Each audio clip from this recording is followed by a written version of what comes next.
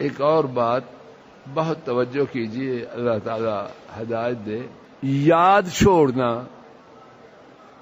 چھوڑنا دل چاہتا ہے کہ نہیں کہ آدمی اپنے پچھلوں کے لیے یاد چھوڑ جائے.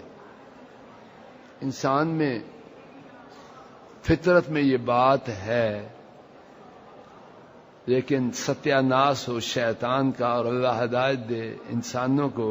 یاد چھوڑنے کے یہ کیا کرتے ہیں جس کے کرنے پر لعنت ہے. یہ جو تصویر بناتے ہیں کیا اس پر انا للہ و انا الیہ راجعون. نوٹ فرما لیجیے اور یہ سبق مسجد نبوی سے لے کے جائیں. لازماً میں آپ اپنی اولادوں اور نسلوں کے لیے یاد چھوڑیں.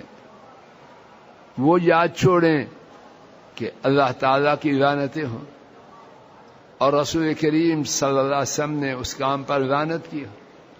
یہ چھوڑنے کی ہے یا مٹانے کی ہے؟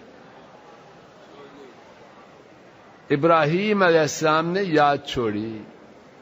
میں آپ اپنی نسلوں میں نیکیاں کر کے یاد چھوڑیں. مسجد بنا دیں، مدرسہ بنا دیں، کوئی دین کی کتاب لکھ دیں، کوئی دین کی خدمت کر دیں.